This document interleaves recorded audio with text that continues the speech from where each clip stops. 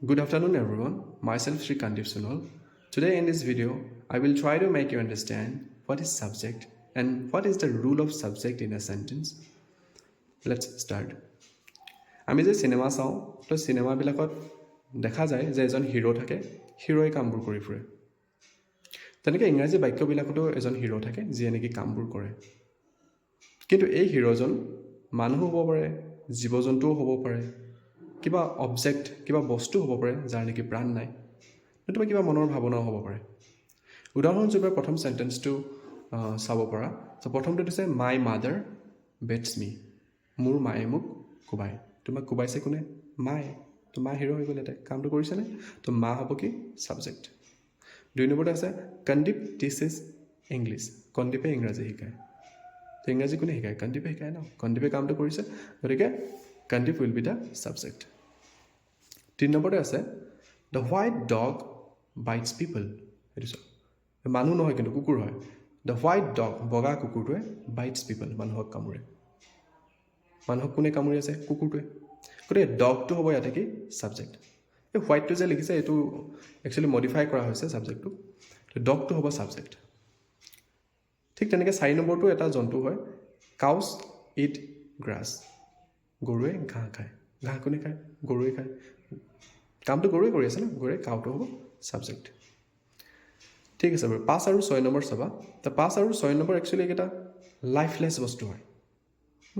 এইকেইটা কোনো প্ৰাণ থকা বস্তু নহয় যেনেকৈ এ মিৰৰ এখন আইনাই ৰিফ্লেক্টছ লাইট পোহৰ প্ৰতিফলন ঘটায় আইনাখনটো কোনো জিন্দগী নাই তথাপিও যেন কিবা এটা কাম কৰি আছে গতিকে মিৰৰটো এটা ছাবজেক্ট হ'ব আইনাখন দাপোনখনে পোহৰ প্ৰতিফলন ঘটায় পোহৰ কোনে প্ৰতিফলন ঘটাইছে দাপোনখনে তো মিৰৰটো কি হ'ব ছাবজেক্ট 6 নম্বৰটো ঠিক তেনেধৰণে এ নিউজ পেপাৰ গিভছ আছ নলেজ এখন বাতৰি কাকতে আমাক জ্ঞান দিয়ে জ্ঞান কোনে দি আছে নিউজ পেপাৰ আমাক জ্ঞান দিয়ে গতিকে news paper will be the subject hero নিচিনা লাগিছেনে গোটেইখিনি যে কামবোৰ কৰি আছে নিউজ পেপাৰে কাম কৰি আছে মিৰৰখনে কাম কৰি আছে তেনেকৈ কিছুমান চাবা আৰু বেলেগ ধৰণৰ যেনে ভাৱনা টাইপৰ যেনে ইয়'ৰ স্মাইল তোমাৰ হাঁহিটোৱে ডিষ্টাৰ্বছ মি এ লট মোক বহুত আমনি কৰে হাঁহিটো এইটোতো কোনো বস্তুও নহয় it's a feeling it's an এইটো যেন কিবা এটা কাম কৰি থকা যেন লাগিছে তোমাৰ হাঁহিটোৱে ডিষ্টাৰ্ব কোনে দি আছে হাঁহিটোৱে চ' কামটো কৰি আছে নাই গতিকে স্মাইলটো ছাবজেক্ট হ'ব 8 নম্বৰ আছে the green paddy field reminds me my childhood the green paddy field সেউজীয়া পথাৰখনে ৰিমাইণ্ডছ মনত পেলাই দিছে মোৰ ল'ৰালিকালৰ কথাবোৰ কোনে মনত পেলাই দিছে সেউজীয়া পথাৰখনে গতিকে সেউজীয়া পথাৰখন যিটো নেকি পেডি ফিল্ড এই পেডি ফিল্ডটো কি হ'ব ছাবজেক্ট এই গ্ৰীণটো হৈছে মডিফাই কৰা হৈছে গ্ৰীণটো ইমান ইম্পৰ্টেণ্ট নহয় কিন্তু পেডি ফিল্ডে মনত পেলাই দিছে পেডি ফিল্ডটো কি হ'ব ছাবজেক্ট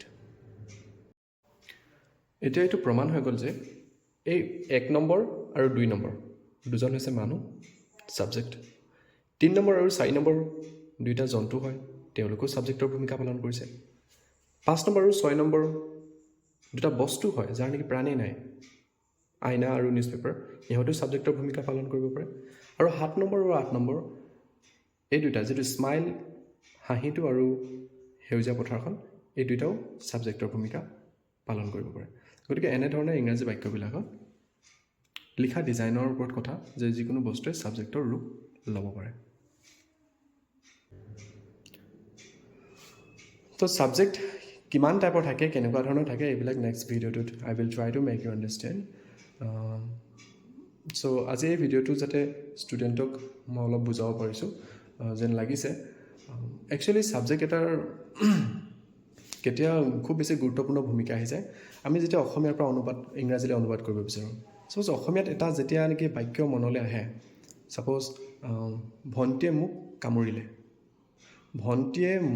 কামুৰিলে 3টা ৱৰ্ড আছে অসমীয়াত 3টা ৱৰ্ডৰ ভিতৰত মই প্ৰথমতে কোনটো লিখিম বহুত ষ্টুডেণ্টৰ এটা প্ৰব্লেম হয় ভণ্টিয়ে লিখিম নে কামোৰাটোৱে লিখিম নে মুখটোৱে লিখিম তো কামটো কোনে কৰিছে ভণ্টিয়ে কৰিছে ন হিৰোটো ভণ্টি হৈ আছে তাত হিৰইন